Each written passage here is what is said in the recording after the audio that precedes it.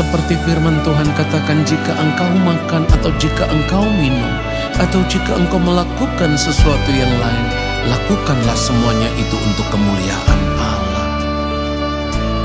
Kesempatan hidup yang Tuhan berikan, ku mau pakai memuliakan Tuhan, melayani, mengasihi sesama seperti Bapa mengasihiku.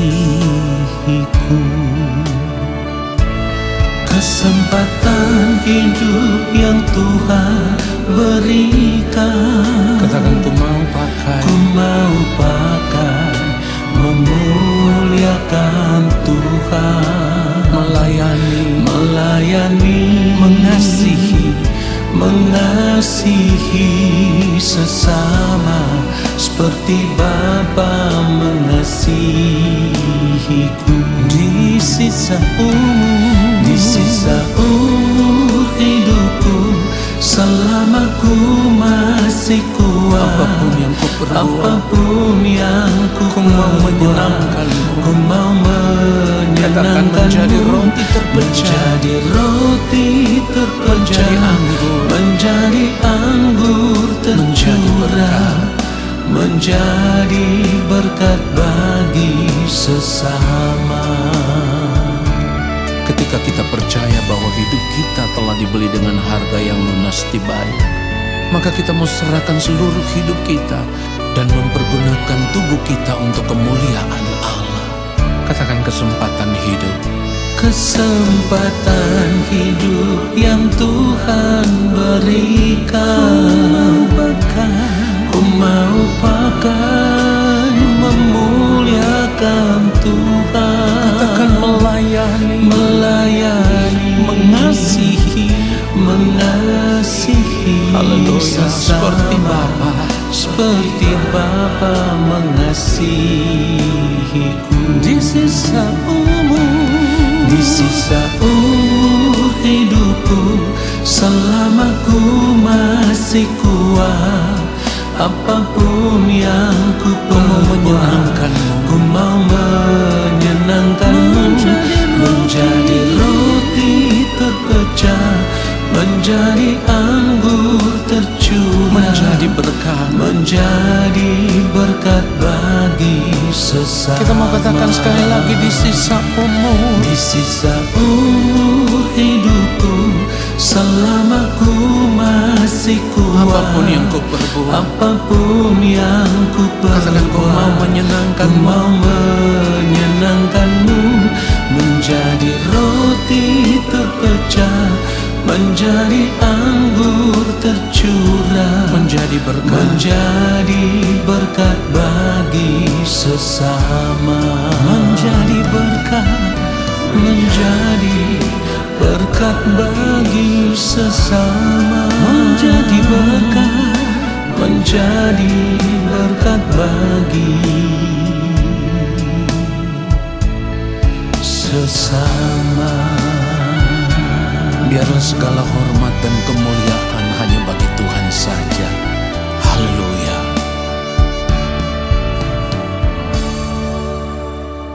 Mari kita siapkan hati kita. Mari kita berdoa. Yang Maha Kudus, Bapa di dalam kerajaan sorga,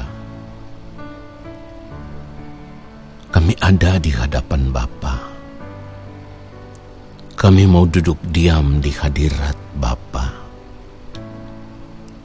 Kami mau menanti-nantikan Bapa berbicara bagi kami.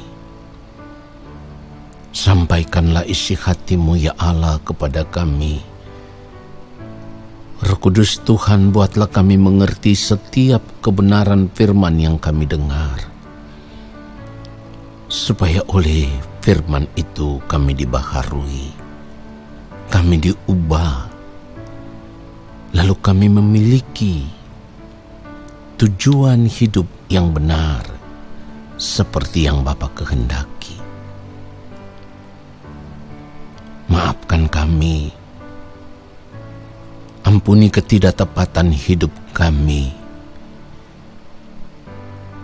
supaya ketika kami mendengarkan kebenaran firman-Mu ya Bapa, kami ada di dalam kesucian kekudusan Allah. Di dalam nama Bapa, Anak dan Roh Kudus, di dalam nama Tuhan Yesus Kristus, kami siapkan hati kami untuk menerima kebenaran firman-Mu. Haleluya. Amin. Saudara yang dikasihi oleh Tuhan Yesus Kristus, sebagai orang percaya kita mengaku kita mengenal Allah. Tentu mengenal Allah di dalam Tuhan Yesus Kristus. Tetapi apalah artinya pengakuan ini? Apalah artinya pengakuan bahwa kita mengenal Allah di dalam Tuhan Yesus Kristus, namun kita tidak memiliki tujuan hidup yang benar dari pengenalan kita akan Allah di dalam Tuhan Yesus Kristus? Kalau kita berkata kita mengenal Allah di dalam Tuhan Yesus Kristus, berarti fokus hidup kita harus benar-benar tertuju kepada Allah. Dengan kata lain, tujuan hidup kita sudah bukan lagi dunia ini dengan segala kesenangannya, dunia ini dengan segala keberadaannya. Sebab ketika kita mengaku kita mengenal Allah di dalam Tuhan Yesus Kristus, kita sudah tidak punya lagi tujuan hidup yang lain selain Tuhan dan kerajaannya. Ini tujuan hidup kita satu-satunya sebagai orang percaya yang mengaku bahwa kita mengenal Allah. Nah, saudara yang dikasihi oleh Tuhan Yesus Kristus, orang percaya yang benar-benar mengenal Allah akan mengarahkan fokus hidupnya hanya tertuju kepada Allah, bukan kepada dunia ini lagi, saudaraku. Itulah kenapa kalau kita baca Matius pasal yang ke-6, mulai ayat 19 sampai ayat 21, firman Tuhan dengan tegas mengatakan itu, janganlah kamu mengumpulkan harta di bumi. Di bumi, ngengat dan karat merusakkannya, dan pencuri membongkar serta mencurinya. Lalu ayat 20 ditulis, tetapi kumpulkanlah bagimu harta di sorga. Di sorga, ngengat dan karat tidak merusakkannya, dan pencuri tidak membongkar serta mencurinya. Perhatikan ayat 21. Karena di mana hartamu berada, di situ juga hatimu berada. Nah, saudaraku, orang percaya harus memiliki fokus hidup hanya tertuju kepada kerajaan Allah Bapa di sorga. Sudah tidak lagi memikirkan untuk mengumpulkan harta di bumi ini. Bukan berarti kita tidak boleh kaya, bukan. Tetapi kalaupun Allah mempercayakan kepada kita, hidup yang berlebihan, kita ada di dalam kekayaan, bukan supaya kita bisa menikmati dunia ini dengan segala kesenangannya. Kalau memang Allah mempercayakan kepada kita kehidupan yang cukup, yang mapan, yang berlebihan, maka seharusnya kita punya kepekaan mempergunakan semua itu bukan untuk kesenangan hidup, bukan untuk dinikmati, tetapi kita harus mempergunakan semuanya itu hanya untuk kepentingan pekerjaan Allah, hanya untuk kepentingan kerajaan Allah. Jadi ketika kita memberi, kita menolong orang lain, kita membantu pekerjaan pelayanan Tuhan, kita tidak pernah merasa bahwa kita berbuat sesuatu. Kita tidak pernah merasa bahwa kita memberi sesuatu, karena kita tahu semua yang kita miliki bukan milik kita, tetapi milik Tuhan yang harus kita pergunakan untuk kemuliaan Tuhan dan tidak yang lain. Memiliki cara hidup seperti ini akan membuat kita hidup berbeda dengan dunia ini. Kita akan menjadi orang yang tidak lagi sombong, tidak lagi angku, tidak lagi tinggi hati. Tetapi sebaliknya, ketika kita merasa bahwa apa yang kita punya itu milik Tuhan, maka kita akan menjadi orang yang benar-benar memiliki belas kasihan, memiliki hati Bapa. Karena apa yang ada pada kita semuanya itu kepercayaan dan sifatnya hanya sementara. Nah, lalu ketika kita mempergunakan semua itu untuk pekerjaan Tuhan, maka hal itu tepat sekali seperti yang firman Tuhan katakan, kita sedang mengumpulkan harta di sorga. Ya, kumpulkanlah bagimu harta di sorga. Kenapa? Sebab tidak akan ada yang merusakkannya. Nah, saudaraku, firman Tuhan ini selaras dengan apa yang dikatakan di dalam Yakobus 5 ayat yang kedua dan ayat yang ketiga. Kekayaanmu sudah busuk dan pakaianmu telah dimakan ngengat. Emas dan perakmu sudah berkarat dan karatnya akan menjadi kesaksian terhadap kamu dan akan memakan dagingmu seperti api. Kamu telah mengumpulkan harta pada hari-hari yang sedang berakhir. Jadi kita harus mengerti, kita hidup saat ini, kita ada di hari-hari terakhir daripada perjalanan kehidupan dunia ini. Kalaupun waktu Tuhan belum tiba bagi dunia ini, ya, secara universal, secara global, tetapi kita harus tetap sadar bahwa waktu Tuhan itu bisa tiba kepada setiap orang, termasuk kepada diri kita.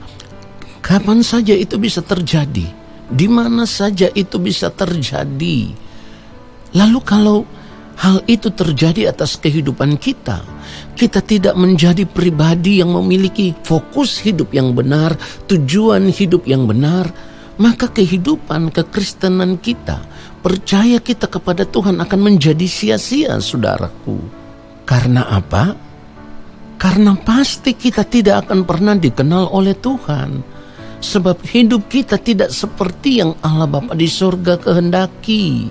Ya, Matius pasal yang ke-6 ini, kalau kita baca terus, lalu di ayat 33 dikatakan apa di situ? Carilah dahulu kerajaan Allah dan kebenarannya, maka semuanya itu akan ditambahkan kepadamu. Jadi, yang Tuhan mau bukan kita sibuk mengumpulkan harta di dunia ini, tetapi yang terutama bagi kita ketika kita berkata kita mengenal Allah, hal yang terutama, yang terpenting bagi kehidupan kita adalah mencari kerajaan Allah dan kebenarannya. Itu harus menjadi tujuan hidup kita. Sebab masa hidup kita di dunia ini pasti akan berakhir.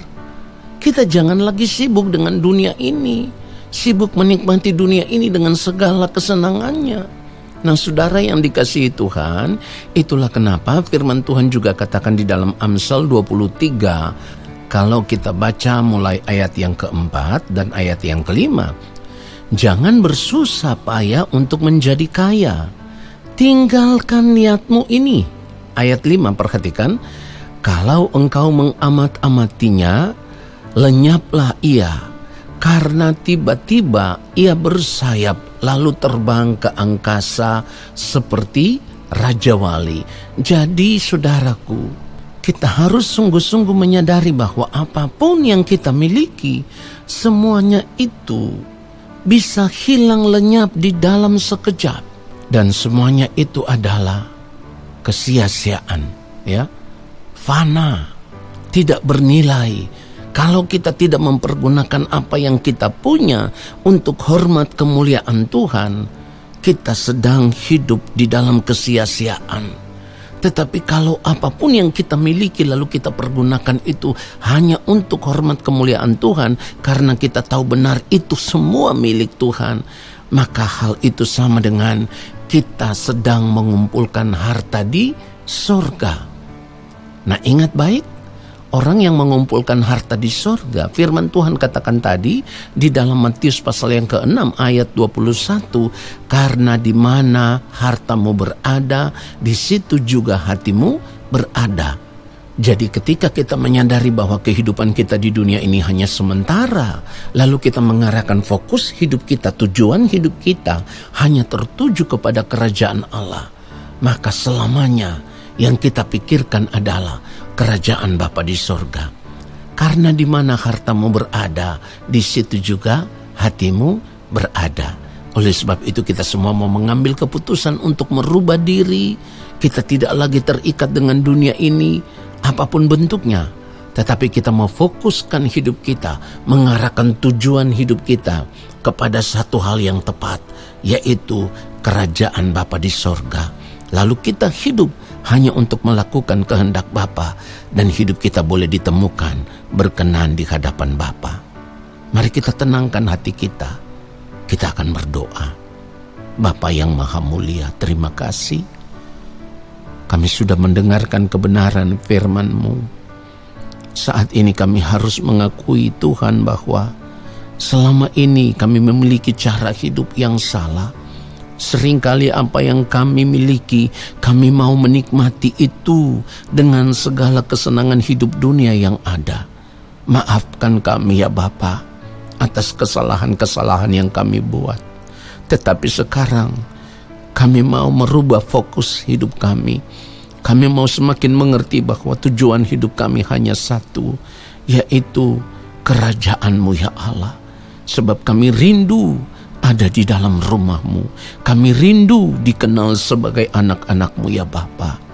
Terima kasih yang Maha Mulia. Terima kasih Allah yang Maha Kudus. Dan saat ini, sebelum kami menutup saat teduh ini ya Tuhan, kami rindu Bapa menyampaikan setiap pergumulan anak-anak-Mu. Apapun yang anak-anak-Mu gumuli, mereka bergumul untuk masalah hidup rumah tangga mereka. Bahkan ada yang sampai di ambang perceraian. Tuhan, kami mohon belas kasihan Bapa, pulihkanlah kehidupan anak-anak-Mu.